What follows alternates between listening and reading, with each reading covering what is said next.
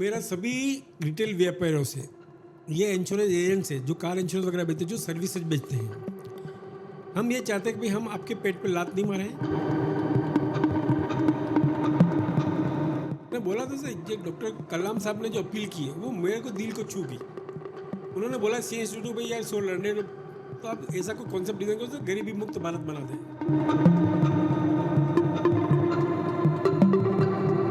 और उसके लिए तेरा भी सहयोग चाहिए, हर इंसान का सहयोग, हर हिंदुस्तानी का सहयोग चाहिए। इसको देश को महान राष्ट्र बनाना है, इसके लिए इस देश की प्रजा को सुखी करना है, और वो सबके सहयोग के बगैर मैं अकेला नहीं कर पाऊंगा। मैं 1 करोड़ आदमी को रोजगार दे सकता हूँ। भारत सरकार मुझे सहयोग करे। इन उद्योगपतियों के ऊपर पैसा लुटाने की जरूरत नहीं है आपको।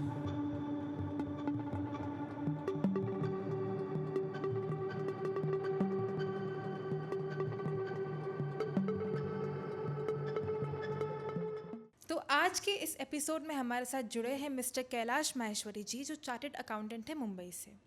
इनका एक सपना है, इन्हें इंडिया को गरीबी, बेरोजगारी और महंगाई मुक्त राष्ट्र बनाना है। हम इंडिया में अक्सर राम राज्य की बात धर्म के कंटेक्स्ट में करते हैं। राम राज्य मतलब all over peace and fulfilment एक राज्य का। पर क्या वो राज्य सच में राम राज्य हो सकता है, जिसमें राज्य की जनता खुद फाइनेंशियली इनसिक्योर हो, इकोनॉमिकली कमज़ोर हो?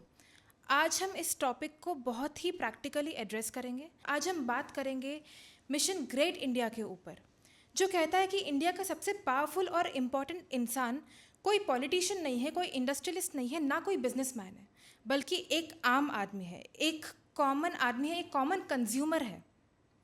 हम इस आइडिया को सिर्फ समझेंगे नहीं, डीपली एनालाइज करेंगे कि किस तरीके से ये मॉडल इंडिया को एक गरीबी मुक्त कंट्री बना सकता है और फाइनेंशियली सिक्योर बना सकता है। सर, आप आम आदमी को इतना इम्पोर्टेंट क्यों मानते हो? देखो, मेरा ऐसा मानना है, मैं आप सब दर्शकों को, ऑडियंस को ये निवेदन करता हूँ कि आप अच्छी तरह से इस कॉन्सेप्ट को समझना, मेरी भावनाओं को समझना, और यदि मेरी भावनाओं का सहमत हो तो आप कमेंट में आपके कमेंट लिखना, और यदि आपको कुछ नहीं पसंद आ रहा था आप वो भी लिखना, ताकि हम अगले टाइम सुधार दें। तो मेरा आपका विनती, एक पूरा पॉडकास्ट देखिए, आप मेरी भावनाओं को समझिए, उसके ऊपर आपकी अपनी राय दीजिए, ठीक है? अब इंसान क्या है? इस दुनिया का सबसे बड़ा कौन है? भगवान, मंदिर, मस्जिद, सरकार, मिनिस्टर, पॉलिटिशियन, उद्योगपति? क्या? मेरा ऐसा मानना है, कॉमन मैन जो एक इंसान है, जीव है, ही सबसे बड़ा है। क्योंकि मानो कि मंदिर उन्होंने बना दिया, मंदिर बनाने से क्या हो गया? उस मंदिर का महत्व तब तक है जब तक उसमें पुजारी हैं, जब तक उसके दर्शनार्थी हैं।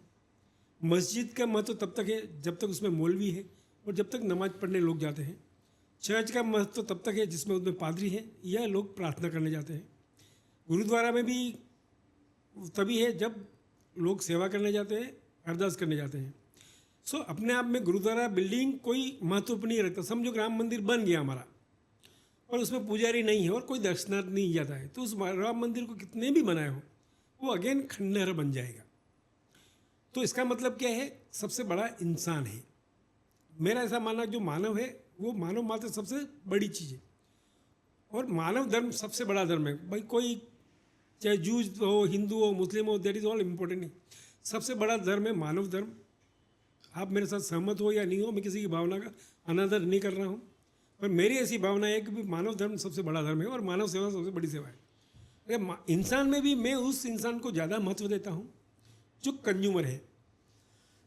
प्रैक्टिकली हर इंसान कंज्यूमर है वैसे तो, कि जैसे ही बच्चा पैदा होता है उसी दिन से वो कंज्यूमर है, और जो इंसान शमशान में जाता है उस दिन तक वो कंज्यूमर है। इसका मतलब इंसान और कंज्यूमर में कोई फ़र्क नहीं, एवरीबडी इज कंज्यूमर। समझो प्रैक्टिकली लें तो हमारे यहाँ मुकेश अंबानी जो नंबर 1 बिलियनर है वो भी कंज्यूमर है, एक झोंपड़पट्टी में रहता है वो भी कंज्यूमर है, एक भिखारी भीख मांगता है वो भी कंज्यूमर है। सो कंज्यूमर ही इस दोस्त का, इस दुनिया का पेट पाल रहा है, यूँ मानो आप। तो जो दुनिया का पेट पाल रहा है वो सबसे महत्वपूर्ण हुआ। ट्रू। और मैं उसी भावना के साथ में मैंने ये कॉन्सेप्ट डिज़ाइन किया है।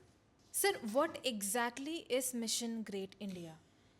मिशन ग्रेट इंडिया का ये कॉन्सेप्ट मैंने डिज़ाइन किया है, मेरी पूरी जीवन का ये निचोड़ है। मैंने दिन रात मेहनत करके ये कॉन्सेप्ट डिज़ाइन किया है, और इसका मकसद था 2005 में इससे मोटिवेशन कहाँ से मिला? 2005 में there was a international conference of the chartered accountant in Vigyan Bhavan Delhi. उसमें चीफ गेस्ट थे हमारे most respected past president doctor APJ Abdul Kalam. मैं चूँकि विज्ञान भवन में तो हाजिर नहीं था, पर मैं घर पे टीवी पे उनकी स्पीच सुन रहा था। तो कलाम साहब ने ये अपील की सी इंस्टीट्यूट से कि यार so learned and so senior chartered accountant, my humble appeal all of you to devise some concept और idea by which we can eradicate the poverty from this nation. वो मैं सुन रहा था और उसी दिन मैंने कसम ली मेरे को इस बारे में कुछ करना चाहिए। उसके बाद में मैंने सी इंस्टीट्यूट के 3 प्रेसिडेंट को 3 साल तक लेटर लिखे, भाई इसके लिए आपने कुछ काम किया और नहीं किया तो मैं उसमें काम कुछ करना चाहता हूँ, कंट्रीब्यूट कर। पर दुर्भाग्य है किसी भी प्रेसिडेंट का वापस रिप्लाई नहीं आया। इसका मतलब क्या, सी इंस्टीट्यूट भले कितनी बड़ी हो, पर इतनी बड़ी इंस्टीट्यूट सब लर्नेड आदमी है, पर सोशल रेस्पॉन्सिबिलिटी के नाम पे वो जीरो हैं।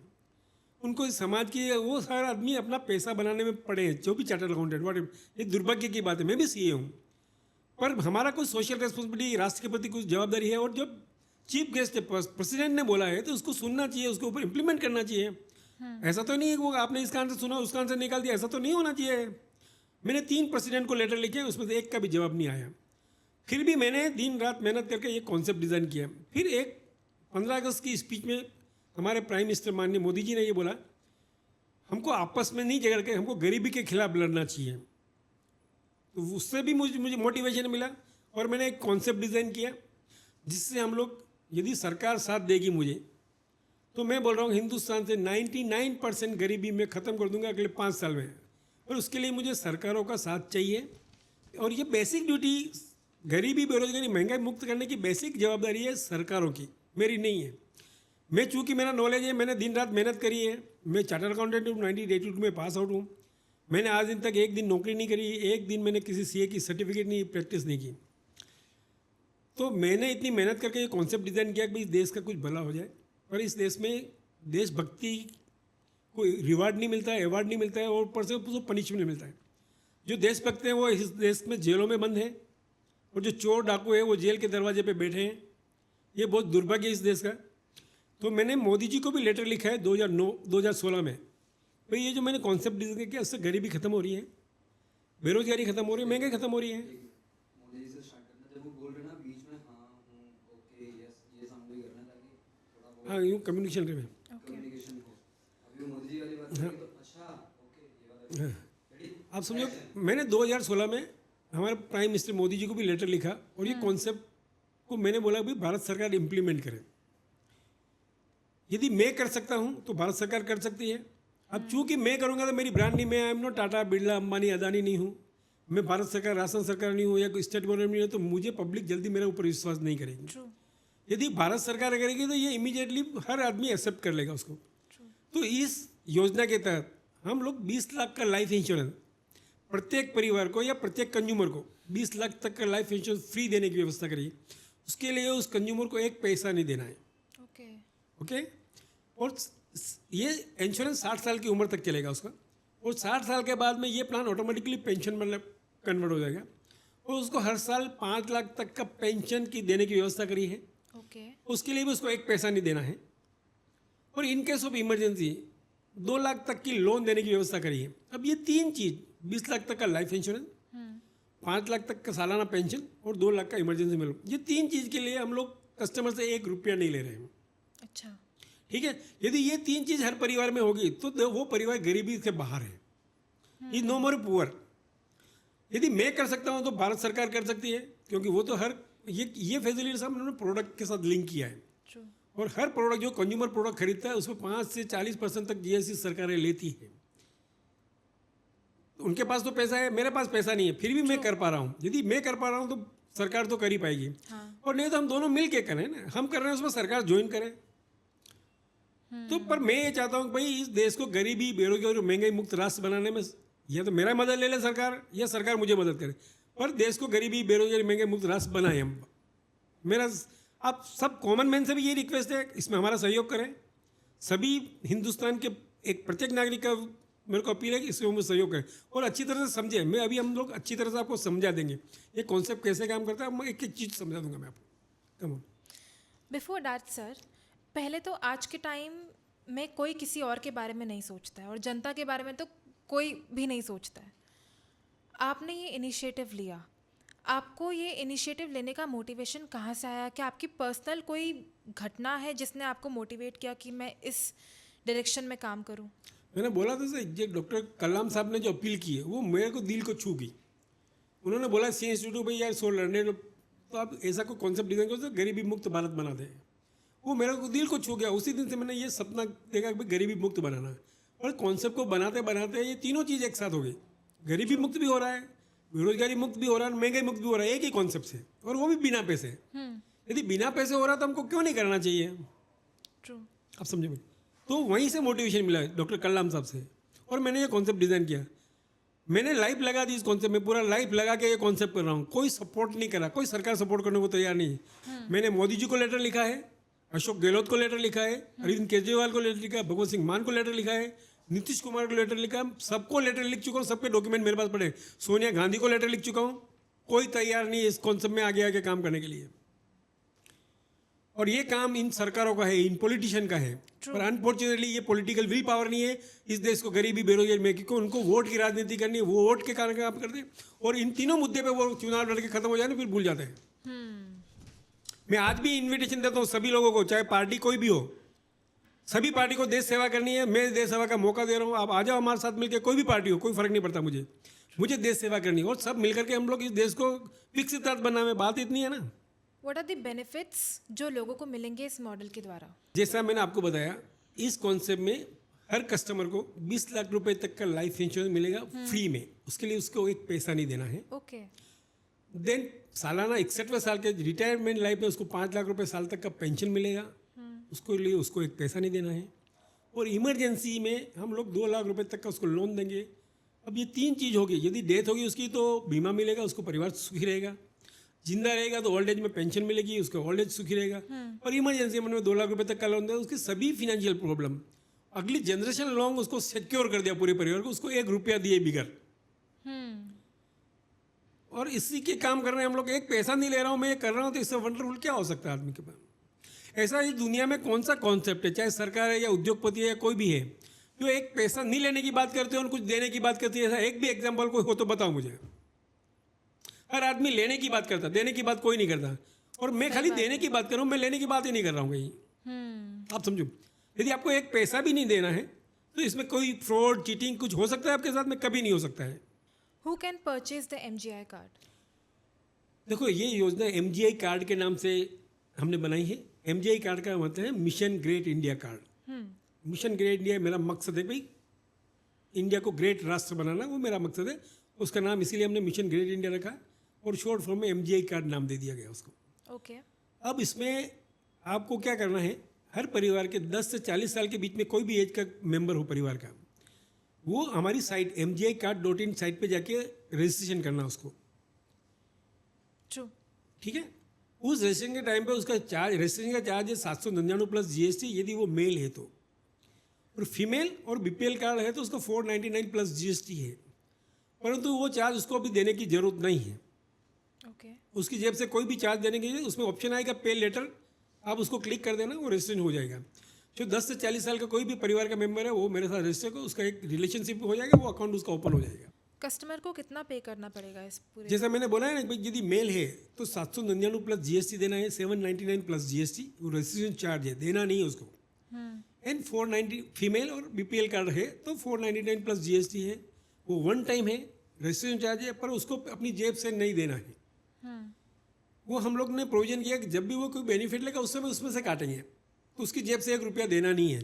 मतलब कंज्यूमर को कोई और कॉस्ट पे करने की जरूरत नहीं है, सिर्फ कार्ड की कॉस्ट पे करने की जरूरत कार्ड की कॉस्ट पे नहीं करना, वो भी पे तो कहाँ करना। मैं तो बोल रहा हूँ मत देना ना, रजिस्ट्रेशन देना ही नहीं है आपको, पैसा तो 1 रुपया नहीं देना है।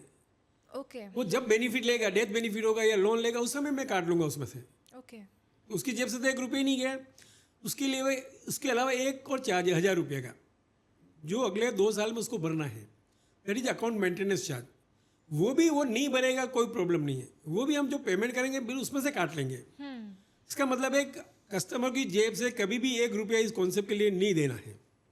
ओके। और बिना पैसे भरे यदि 20 लाख तक का लाइफ इंश्योरेंस मिलता है, 5 लाख का पेंशन मिलता है, 2 लाख के लोन मिलते हैं, तो इससे अच्छा क्या हो सकता है? ट्रू। ये अगर by chance customer account maintenance charges time पर नहीं भर पाया तो फिर? मैंने बोला ना, भाई वो नहीं भर पाया तो कोई प्रॉब्लम नहीं है, भरना ही नहीं उसको कोई हम जब पेमेंट करें उसमें से विद इंटरेस्ट काट लेंगे। उसकी जेब से बोला ना, इसकी लाइफ में उसकी जेब से 1 रुपया नहीं देना है तो भी ये कॉन्सेप्ट चलेगा, हम देंगे उसमें से काट लेंगे जो भी चार्ज होगा, तो फिर कोई रिस्क ही नहीं है उसको। MGI कार्ड के और बेनिफिट्स कैसे एक्सेस करें? MGI कार्ड का बेनिफिट कैसे मिलेगा सर? अब जो कस्टमर रजिस्टर्ड है, हम लोग पूरे रिटेल मार्केट में टाइप करेंगे जिसमें सब कंज्यूमर प्रोडक्ट सर्विसेज सब कुछ आ गए। समझो सुबह उठ के दूध भराया, पेट्रोल डीजल, एवरी प्रोडक्ट, सब्जी फ्रूट किराना सब्जी कपड़े लत्ते जो भी हो आप खरीदते हो। आप जॉब करते हो तो 1 दिन तनख्वाह मिलती है, आप 100 जगह से प्रोडक्ट खरीदते हो, मतलब you are consumer, as a consumer जितनी भी प्रोडक्ट खरीदते हो वो हमने उसमें क्लब कर दी, इंक्लूड की है। तो इन सब प्रोडक्ट को हमने 5 कैटेगरी में डिवाइड किया है, क्योंकि हर प्रोडक्ट पे मार्जिन अलग अलग है।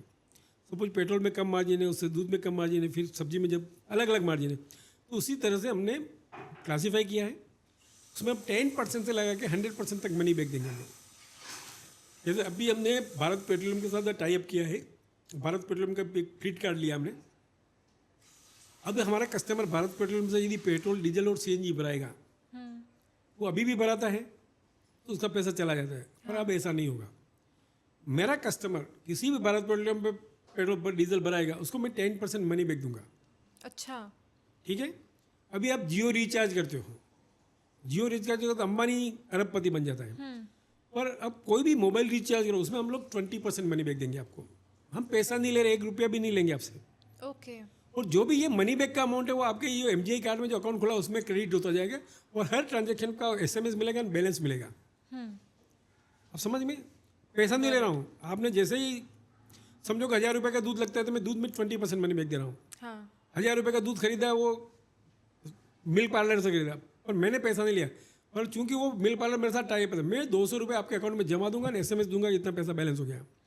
हर ट्रांजेक्शन साल में आपका ये बैलेंस बढ़ता जाएगा। तो दूध में, रिचार्ज होती मोबाइल में, gold jewellery, diamond jewellery, this is all 20% money back. फिर किराना, ड्राई फ्रूट्स एंड साबुन तेल FMCG product, this are 40% money back. मिठाई, नमकीन, सब्जी, fruit, car insurance, mediclaim insurance, ये 100%। गारमेंट, अंडरगारमेंट, कपड़े, textile, everything 100% money back. Restaurant 100% money back. Okay. ठीक है। अभी क्या होता है, अभी इंसान जोमेटो से या स्विगी यूज़ करते हो आप लोग, हाँ, क्या करता है, वो खाली डिलीवरी करता है फूड की। अभी हमारे कॉन्सेप्ट में ज्वाइन करने के बाद में आप रेस्टोरेंट में जाके खाना खाओगे तो भी 100% मनी बैक दूंगा मैं। और यदि हमारा एक ऐप बन रहा है, उस ऐप के थ्रू ऑर्डर करोगे तो हम डिलीवरी भी करेंगे, 100% मनी बैक भी देंगे आपको। अच्छा। और वो 100% मनी बैक आपके अकाउंट में जमा होगा, वो पैसा तो वो जमा होता रहेगा, वो 60 साल तक वो एज ए इंश्योरेंस पॉलिसी काम करेगी। अभी LIC पॉलिसी में कैसा होता है, ये बिल्कुल LIC पॉलिसी जैसे ही काम करेगी। उस LIC पॉलिसी में आपको प्रीमियम भरना पड़ता है, यहाँ आपको प्रीमियम नहीं भरना पड़ता है। हाँ, यहाँ आपकी डेली नीड्स की जो प्रोडक्ट खरीद रहे हो वही खरीद रहे हो, कोई मैं कुछ बेच नहीं रहा हूँ। हमारी कंपनी 1 रुपये का प्रोडक्ट नहीं बेच रही है।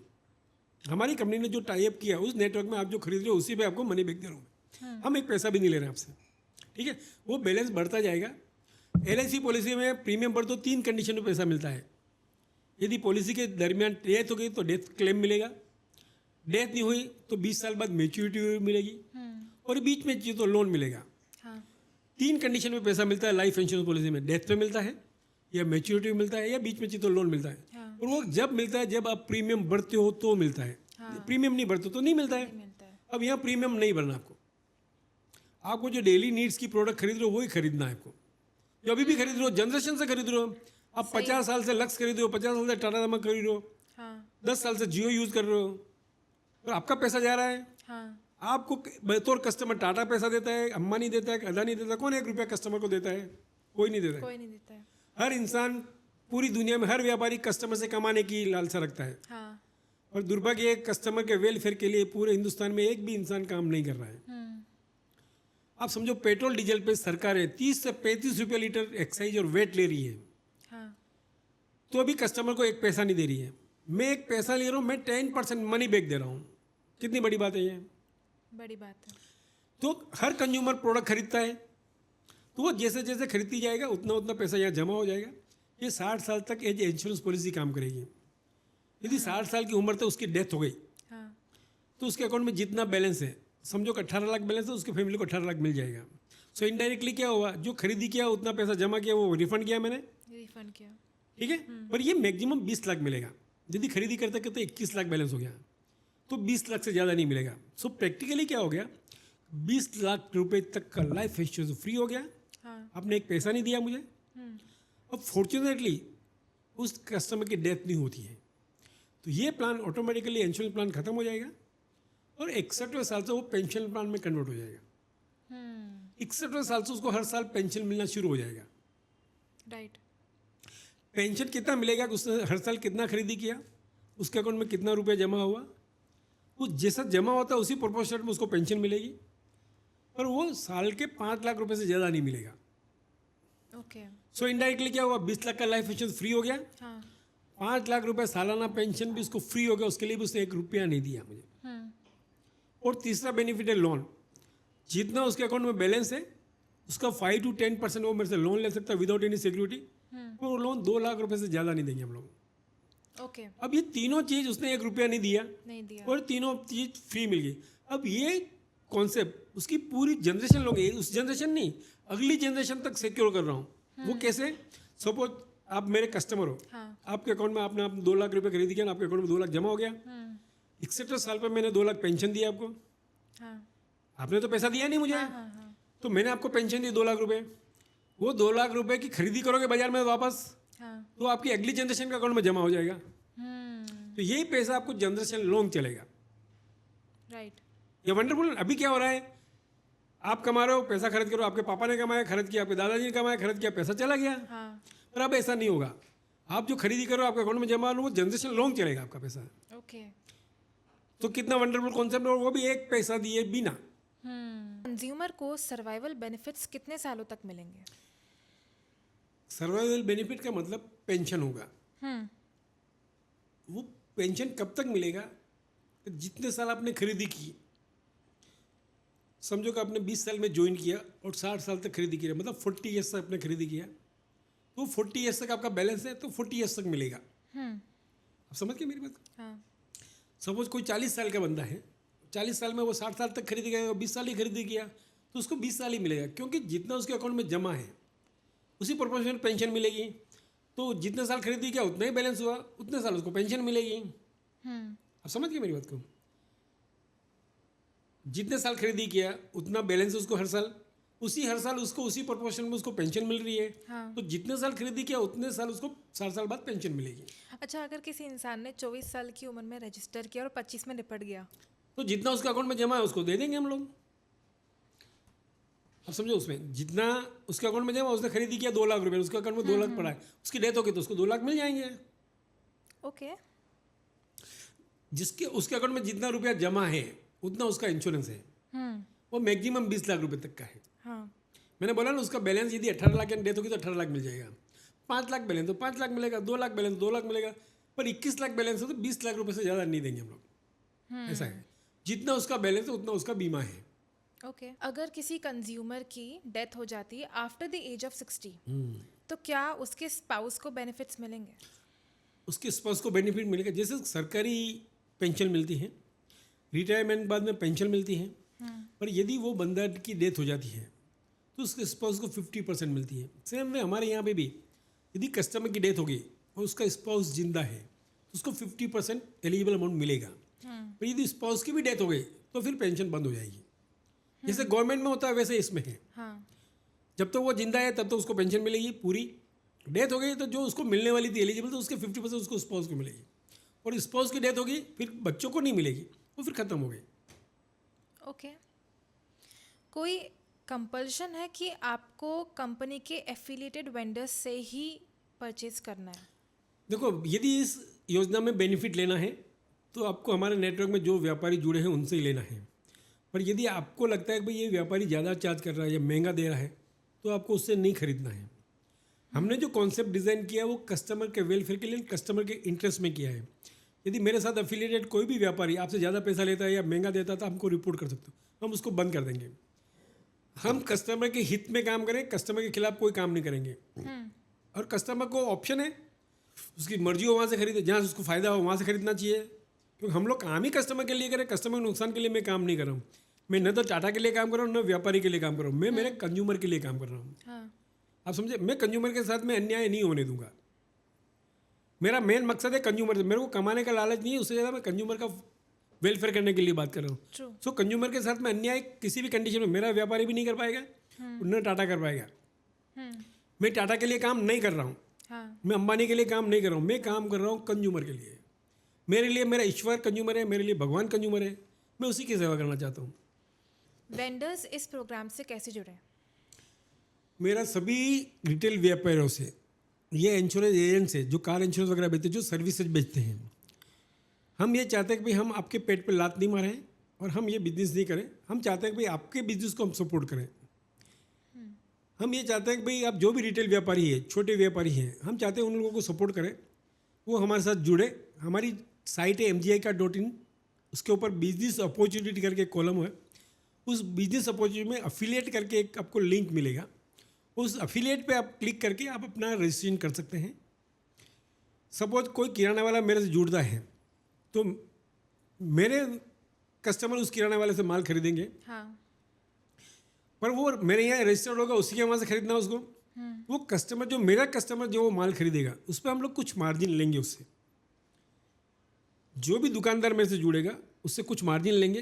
हाँ, पर मैं ये वादा करता हूँ कि भाई 6 महीने वो शायद हो सकता है उसको मार्जिन देना पड़े, पर 6 महीने बाद ये कंडीशन आ जाएगी कि हम लोग जितना मैं मार्जिन लाऊँ, मैं उसको कंपनी से उससे ज़्यादा मार्जिन दिला दूंगा।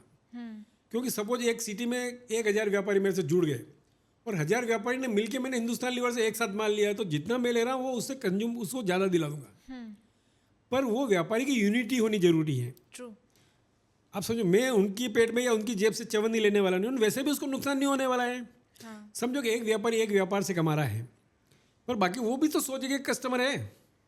किराने वाला किराने की दुकान अपने से ले लेता होगा, पर कपड़ा बाजार से ले रहा है, दवाई बाजार से ले रहा है, सब्जी फ्रूट बाजार से, मैं उसको मनी बैग दे रहा हूँ ना, तो उसको भी तो बेनिफिट मिल रहा है, उसको कोई नुकसान होने वाला नहीं है। हाँ, कुल मिला के जो भी रिटेलर छोटा व्यापारी मेरे साथ जुड़ेगा, उसकी इनकम बढ़ाऊंगा मैं, उसकी परिवार की प्रोस्पेरिटी बढ़ाऊंगा, वो मेरी गारंटी है। बट आपको ये है मेरी भावना को आदर करते हुए कस्टमर की सेवा करने के उद्देश्य से मेरे साथ जुड़ना है। फिर आपको कभी व्यापार में प्रॉब्लम नहीं आएगा, व्यापार का 3 गुना बढ़ाऊंगा, प्रॉफिट भी 4 गुना बढ़ा दूंगा मैं। अब समझो मेरी बात को, जो मेरा नॉलेज है वो ज्ञान मैं आपको दूंगा फ्री में, उससे आपका इनकम भी बढ़ेगी व्यापारियों की, और उनका भी परिवार का फ्लरिश होगा, उसका भी बढ़ेगा, और कस्टमर की भी सेवा कर पाएंगे। पर उस व्यापारी की भावना ये होनी चाहिए कस्टमर की सेवा करनी है, उस भावना के साथ में वो व्यापार करे। ग्राहक देवो भव, ग्राहक ही देव है, वही भगवान है। उस भावना के साथ जो भी व्यापारी जुड़ना चाहे, चाहे वो कपड़े का हो, सब्जी फ्रूट हो, किराना हो, कोई भी रिटेल व्यापार हो, वो मेरे से जुड़ सकता है। ये स्कीम न्यू है, लोग इसके बारे में शायद ज़्यादा नहीं जानते हैं अभी। इस बात की क्या श्योरिटी है कि कंपनी लोगों को बेनिफिट्स प्रोवाइड करेगी ही सही? ये सबसे इम्पोर्टेंट क्वेश्चन है कस्टमर के लिए, क्योंकि ये कस्टमर ये बिलीव नहीं कर पा रहा कि ये बिना पैसे ऐसा कैसे हो सकता है। ये सबसे बड़ा सवाल है, और सबसे बड़ी हर्डल ही मुझे यही आ रही है, कस्टमर को विश्वास कैसे दिलाऊं मैं। कस्टमर ने कभी सोचा नहीं कि ऐसा हो सकता है, अब मैं बोलूँ ऐसा हो सकता है। अब उसके लिए हमने क्या किया है, जो हमारे पास जो मार्जिन आएगा, जो कंज्यूमर प्रोडक्ट खरीदेगा उससे जो मार्जिन आएगा, उसमें से हम लोग क्या कर रहे हैं, जितनी भी लाइबिलिटी कस्टमर अकाउंट में पैसा जमा हो रहा है, उसका 5% हम लोग एक कस्टमर वेलफेयर फंड बना रहे हैं। ओके। समझो भाई यू आर माई कस्टमर, आपके अकाउंट में 1 लाख रुपए जमा हो गया, तो मैंने 5000 रुपये फंड बना दिया। हाँ, और वो फंड 3 काम आएगा, इंश्योरेंस प्रीमियम भरने के लिए, लोन देने के लिए, और पेंशन देने के लिए। तो मैंने क्या किया, 5000 में से मैंने किसी भी लाइफ इंश्योरेंस कंपनी से ग्रुप इंश्योरेंस ले लिया, 200 रुपये थे, और 1 लाख का बीमा ले लिया। अब आपके अकाउंट में 1 लाख पड़ा है, मेरी 3 लाइबिलिटी है, डेथ होगी तो 1 लाख देना है। हाँ, चूँकि मैंने 200 रुपये भर के इंश्योरेंस ले लिया, तो कौन देगा, इंश्योरेंस कंपनी देगी, मेरा कमिटमेंट ऑनर। अब 4800 बचा है, वो मैंने आपको लोन दे दिया, सेकेंड कमिटमेंट ऑनर। ये 60 साल 61 साल में ये 5,70,000 हो जाता है, और मुझे पेंशन देना 1,20,000 खाली, उसे दे दूंगा। अब ये कस्टमर वेल फंड मैनेजमेंट कौन करेगा, सबसे बड़ा इंपॉर्टेंट है। समझो कि आज लाइफ इंश्योरेंस LIC में आज 30 करोड़ पॉलिसी होल्डर का पैसा पड़ा है, पर उस 30 करोड़ पॉलिसी होल्डर में एक भी पॉलिसी होल्डर का उसके मैनेजमेंट में भागीदारी नहीं है। हाँ। बट यहाँ ऐसा नहीं है, हम पैसा नहीं ले रहे हैं। जो मैंने कस्टमर वेल्थ फंड बनाया है उसकी मैनेजमेंट कमेटी में 3 कंपनी के आदमी होंगे, 2 कस्टमर का रिप्रेजेंटेटिव भी ले रहा हूँ मैं। और मैं तो भारत सरकार से और राज्य सरकार से भी निवेदन करता है कि एक एक आदमी वो भी अपने इस कमेटी में ऐड कर दे और इस कस्टमर का इंटरेस्ट प्रोटेक्ट करें। पैसा मैं दे रहा हूँ, मैं भारत सरकार से किसी भी स्टेट गवर्नमेंट से पैसा नहीं मांग रहा हूँ। हाँ। पैसा मैंने क्रिएट किया है, मैं एक एनजीओ बना रहा हूँ, उसमें फंड डाल रहा हूँ। उस फंड को मैनेजमेंट कमेटी में भारत सरकार और राज्य सरकार भी अपने एक एक आदमी को अपॉइंट करें और इन कस्टमर का इंटरेस्ट प्रोटेक्ट करें।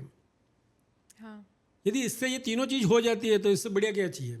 कस्टमर को पैसा नहीं देना पड़ा, सरकार से भी पैसा नहीं मांग रहा हूँ, सब कुछ मेहनत मैं कर रहा हूँ, दिमाग में लगा रहा हूँ, पैसा मैं दे रहा हूँ, सब कुछ मैं कर रहा हूँ, तो सरकार को मेरे साथ आ जाना चाहिए। और ऐसा है तो मैं पूरा फंड सरकार को देने को तैयार हूँ। मैं भी मैनेजमेंट नहीं करूँ, ये फंड बना के मैं सरकार को सौंप देता हूँ। सरकार पब्लिक का इंटरेस्ट प्रोटेक्ट करें, उनको ये तीनों चीज़ दे दे इस फंड से। कैसा है? यदि मैंने फंड बना दिया तो ये ऑटोमेटिकली श्योरिटी होगी ना, वो पैसा मिल जाएगा सबको, मेरे ऊपर भरोसा करने की जरूरत ही नहीं है। क्योंकि वो कस्टमर को फंड दे दिया मैंने, कस्टमर के आदमी को फंड मैनेजमेंट कमेटी में रखा है मैंने। हाँ। उस फंड से तीनों बेनिफिट मिल रहे हैं। बट स्टिल कंपनी वाले लोगों के पास पावर ज़्यादा है। पावर ज़्यादा क्या, वो फंड 3 काम के अलावा चौथे काम ही नहीं आना है, वो पैसा यूज़ नहीं कर सकते हैं। वो तीन ही ऑब्जेक्ट में पैसा यूज़ करेगा, इंश्योरेंस प्रीमियम भरने में, लोन देने में और पेंशन देने में। उसके लिए तो फंड बना हुआ है। वो पावर ज़्यादा है तो कंपनी यूज़ नहीं कर पाएगी वो फंड को ना, वो फंड कोई यूज़ नहीं कर पाएगा। पर अगर बाय चांस उसका मिसयूज हुआ तो उसकी अकाउंटेबिलिटी कैसे देखो और अभी कौन लेगा? अकाउंट फिर तो लीगल एक्शन ही लेना रहा। अभी सभी जी के मिसयूज हो रहा था, क्या हो रहा है, देन लीगल एक्शन होता है। पर ऐसा करना होता तो मैं कॉन्सेप्ट क्यों लाऊं?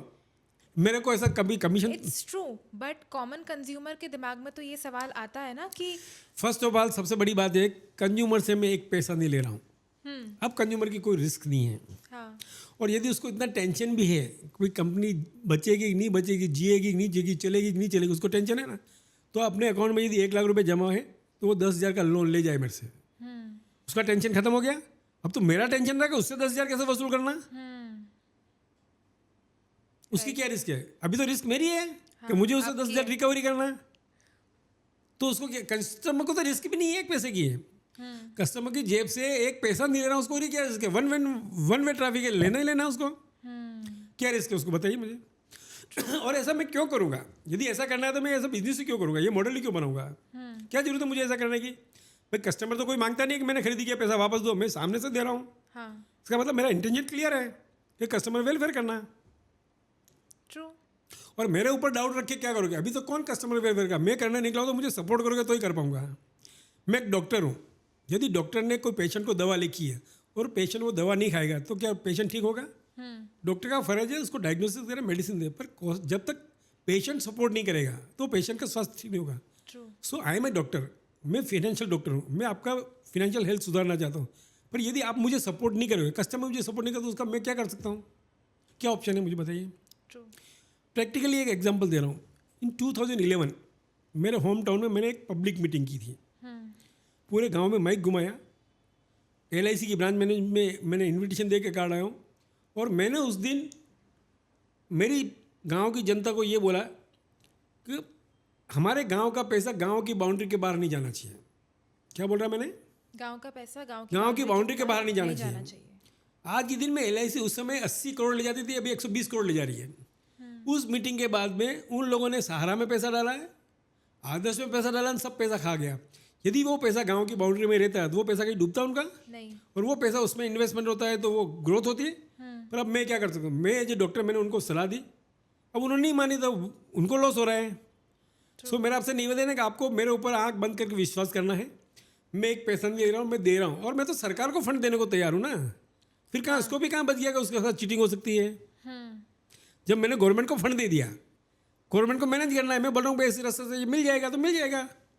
फिर कहाँ इसको पे चीटिंग करने के? पर गवर्नमेंट शुड कम फॉरवर्ड, सरकार आनी चाहिए सामने से लेने के लिए, पर दुर्भाग्य कि सरकार नहीं आ रही सामने से लेने के लिए। मैं दे रहा हूँ तो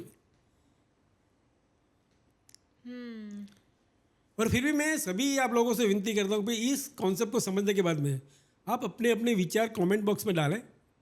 कोई भी क्वेश्चन हो आपके मन में तो कमेंट में लिखें, हम उसको जवाब अगले एपिसोड में देने की कोशिश करेंगे, पर आपकी पूरी सेवा करेंगे, आपको पूरा सेटिस्फाई करेंगे।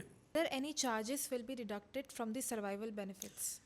सर्वाइवल में एक चार्ज है, क्योंकि 60 साल के बाद में उसको पेंशन मिलने वाली है। वो 60 साल के बाद में कुछ खरीद ही नहीं कर रहा बंदा, परंतु हमारी कंपनी का मैनेजमेंट तो करना पड़ेगा उसको फंड देने के लिए। हाँ जैसे म्यूचुअल फंड वाले फंड मैनेजमेंट चार्ज काटते हैं, हाँ तो यहाँ तो फंड भी नहीं दिया उसने, हम मैनेजमेंट करेंगे, वो खरीदी भी नहीं कर रहा है, तो उससे मुझे रेवेन्यू नहीं हो रही कंपनी, पर मुझे उसका फंड मैनेजमेंट करना पड़ेगा। हाँ तो चार्ज 5% या मैक्सिमम 25 रुपये साल का होगा। यदि 5 लाख मिल रहा है तो मैं 25 रुपये उसमें काटूंगा मैक्सिमम, क्योंकि उसको मैनेजमेंट करना, कंपनी मैनेज कैसे करूँगा मैं? हाँ भाई उसके पैसा जमा है, वो उसको देना है, तो how to manage this affair? मेरे कंपनी का खर्चा भी लग रहा है उसको, तो वो मैं मैक्सिमम 5% काटूंगा वो, पर वो मैं दे रहा हूँ उसमें से काटूंगा, उसकी जेब से तो 1 रुपया नहीं लिया मैंने। ट्रू। ठीक है ना? मेरी इस देश की जनता को सबसे बड़ी अपील है, हर इंसान इस राष्ट्र की सेवा करे। मैं हिंदुस्तान के प्रत्येक नागरिक को अपील करता हूँ, इस कॉन्सेप्ट को समझें, हमारा साथ दें और इस देश को गरीबी, बेरोजगारी में और आपके परिवार को सुख समृद्धि और सुरक्षित बनाने में मुझे मदद करें। मैं आपके परिवार को जिंदगी भर नहीं, पीढ़ियों तक सुख समृद्धि और सुखी बनाना चाहता हूँ, और उसके लिए आपका सहयोग जरूरी है। यदि आपको किसी भी तरह का डाउट हो तो मेरे कमेंट बॉक्स में मिलेगा, मैं हर डाउट को आंसर करूँगा। किसी तरह का हिडन एजेंडा नहीं है, ये कॉन्सेप्ट कैसे चल रहा है, कैसे पैसा मिलेगा, वो सब कुछ मैंने बता दिया है। और मैं बोल रहा हूँ जो फंड है मैं भारत सरकार को देने को तैयार हूँ, यदि वो लेने को तैयार है तो। और उस फंड से ये तीनों बेनिफिट मिलेगा, डेथ बेनिफिट भी मिलेगा, पेंशन भी मिलेगा और लोन भी मिलेगा। अब इसमें कहीं डाउट होने की कोई स्कोप नहीं बचा है आपके लिए। ट्रू। और आपसे मैं एक पैसा लेना नहीं चाहता हूँ, मैं आपको देना चाहता हूँ, और दुनिया में ऐसा कोई नहीं है जो पैसा लेने की बात नहीं कर। हर इंसान आपसे पैसा लेना चाहती है, वो सरकार हो, चाहे टाटा हो, अंबानी हो, अदानी हो, बिरला हो, बांगड़ हो, हर आदमी कस्टमर से कमाना चाहता है। कस्टमर को देने की बात इस दुनिया में कोई नहीं करता है। हम पहले आदमी हैं जो कस्टमर को देने की बात कर रहे हैं, और यदि कस्टमर का वेलफेयर कर दिया तो मैं गारंटी से बोलता हूँ कि देश में गरीबी, बेरोजगारी महंगी, और आपका परिवार अगली पीढ़ियों तक सुखी संपन्न रहेगा। एनी डाउट आप कमेंट बॉक्स में आप अपना क्वेश्चन सवाल करिए, मैं हर सवाल का जवाब दूंगा आपको। सर पहले तो ये बहुत ही बढ़िया इनिशिएटिव है मेरे पर्सपेक्टिव के हिसाब से, जो आप पब्लिक के लिए लेना चाहते हो, क्योंकि आज के टाइम पे कोई किसी के लिए नहीं सोचता, और जनता की भलाई के लिए तो मुझे ऑनेस्टली लगता है कि बहुत कम लोग होते हैं, जो बहुत ही कम गिनती के लोग होंगे जो सचमुच में जनता के फेवर में जनता की अच्छाई चाहते हैं। और उसके लिए तेरा भी सहयोग चाहिए, हर इंसान का सहयोग, हर हिंदुस्तानी का सहयोग चाहिए। इसको देश को महान राष्ट्र बनाना है, इसके लिए इस देश की प्रजा को सुखी करना है, और वो सबके सहयोग के बगैर मैं अकेला नहीं कर पाऊंगा। ट्रू। और मेरी एज है, आई एम ओल्ड मैन, मैं कब तक जिंदा रह सकता हूँ? उसके लिए मुझे अच्छे लोगों की टीम चाहिए।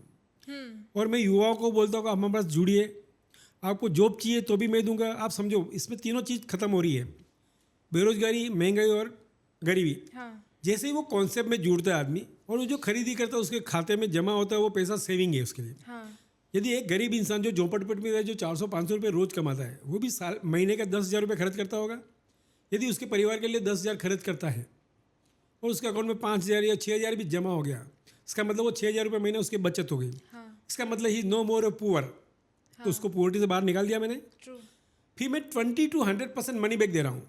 यदि 10 to 100% मनी बैक दे रहा हूँ, टू दैट एक्सटेंट आपकी महंगाई खत्म करी मैंने। ये 10 से मैंने 100% मनी बैक दिया तो महंगाई भी खत्म हुई आपकी। ट्रू। सो गरीबी खत्म, महंगाई खत्म, और उसके लिए मुझे लाखों आदमी नहीं, करोड़ों आदमी चाहिए पूरे इंडिया को करने के लिए। हाँ। और यदि भारत सरकार मुझे सहयोग करे तो मैं 1 करोड़ आदमी को रोजगार दे सकता हूँ। बहुत बड़ा क्लेम है। 1 करोड़ आदमी कम से कम बोल रहा हूँ, 1 करोड़ आदमी कम से कम बोल रहा हूँ मैं 1 करोड़ आदमी को रोजगार दे सकता हूँ। भारत सरकार मुझे सहयोग करे। इन उद्योगपतियों के ऊपर पैसा लुटाने की जरूरत नहीं है आपको। मैं बोल रहा हूँ एक इंसान को यदि 3 से 5 लाख रुपए का कंसेशनल रेट पे इंटरेस्ट पे लोन प्रोवाइड कर दे, तो सब्जी की दुकान लगाएगा, किराने की दुकान लगाएगा, दूध की दुकान लगाए, तो 3 लाख से 5 लाख में इन्वेस्टमेंट में 2 आदमी कम से कम रोजगार पालेंगे। हाँ। एक दुकान पे कम से कम 2 आदमी का रोजगार चाहिए। अभी देखो कैसा हो रहा है राजस्थान में। गए साल राइजिंग राजस्थान एक इवेंट हुआ था, उसमें राजस्थान सरकार ने राइजिंग राजस्थान में 35 लाख करोड़ के MOU किए। कितने? 35 लाख करोड़। और उसमें वो क्लेम करेंगे हम लोग 30 लाख रोजगार देंगे। अब 35 लाख करोड़ के इन्वेस्टमेंट, यदि 30 लाख रोजगार बन भी गए तो एक रोजगार देने के लिए कितना रुपया लगा? 1,10,00,000 रुपया।